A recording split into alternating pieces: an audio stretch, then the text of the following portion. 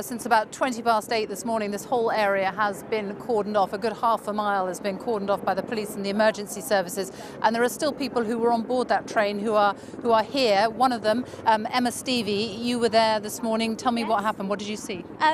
I got on the train, and within 5 seconds, the doors were closing, and we just heard the loudest, scariest screams coming from what sounded like the carriage right next to us, and loud men shouting, "Run!" So when people shout, "Run!" you run, and we just all ran for our lives, and we didn't know why. We didn't hear an explosion. I thought acid had been thrown around or something. I was just wondering why.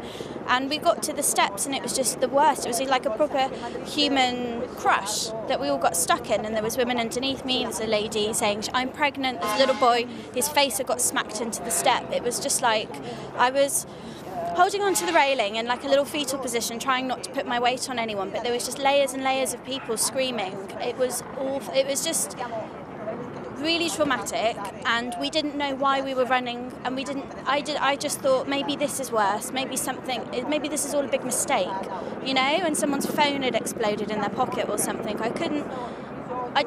It was just awful, and I'm so lucky that I'm not injured. I feel so lucky I put trainers on this morning. I just feel so lucky that I wasn't the two women underneath me. So you were literally, for anybody who doesn't know this station, it is a very small station. There is one staircase that comes from the platform down. There are two small exits. So there is one staircase, no escalator, nothing. No, nothing. And everybody that gets the district line will know that everyone gets on at Wimbledon, and then to get on at sort of Putney Bridge, Parsons Green, you're just like sardines trying to pack in. So you think hundreds and hundreds of people came off that train into a tiny station to go down a tiny set of steps, and it was just a complete crush.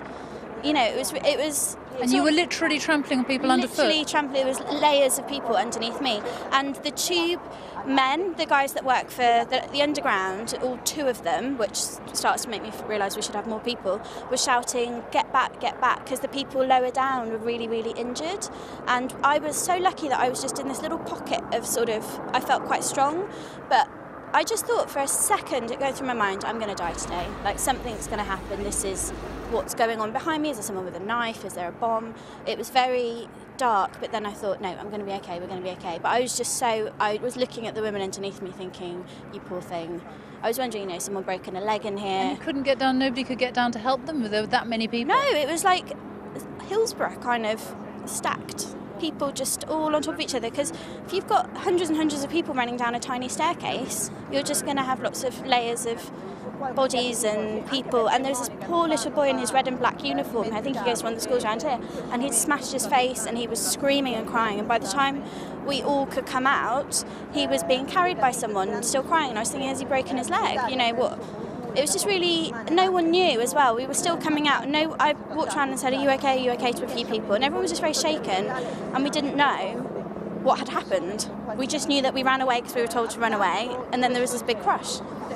Katie Llewellyn-Smith, you weren't there, but you live right next door, so you saw it from your home, did you? Yes, I was coming out of my flat, switched back onto the railway track, so I heard screams, and I was looking up to try and work out where they were coming from. It could have been there's a school around here, and sometimes there's a lot of noise, so I was just trying to piece it together, and looked up to the track. The train wasn't moving, and it looked like people were still getting on, and then it looked like people were trying to get off, and then a lady ran into, I live in a close, she ran into the close, started to ask for somewhere safe to go.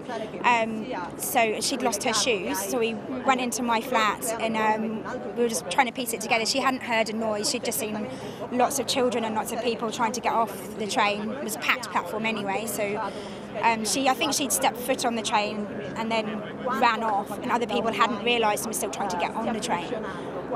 So we were in my flat, and then shortly after we were told, the police came through and told us all to evacuate, so we had to get out quite quickly.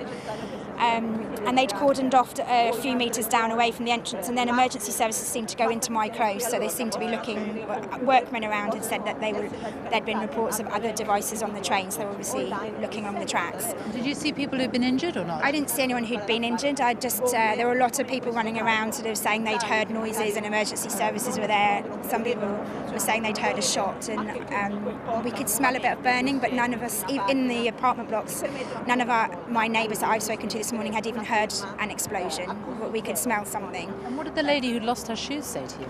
I mean, she was very alert and she was fine, but obviously very distressed. I didn't know what had happened, and very worried about the people that hadn't been able to get out. She'd managed to get out quite quickly, and she said she'd jumped over the barriers and did, like, just sort of, I guess, an instinct had kicked in, but she'd got away. But there were lots of people that she could see were in the situation that you'd said, and she was very worried about. There was we couldn't. Lots of children in school uniform as well, which is really heartbreaking because they were so little and fragile. It's peak commuter time, isn't it? And when you were on the train though, so Yes. you didn't see the flames, you heard the bang though? No, we didn't. No one heard an explosion. We just heard what sounded like the carriage next to us all screaming, big, like that blood-curdling scream of just seeing something horrible happen, and we all were told to run, so we got off and ran. This was as the doors were closing, so we were trying to get out, the doors opened, and we just ran. Well, thank you both very much.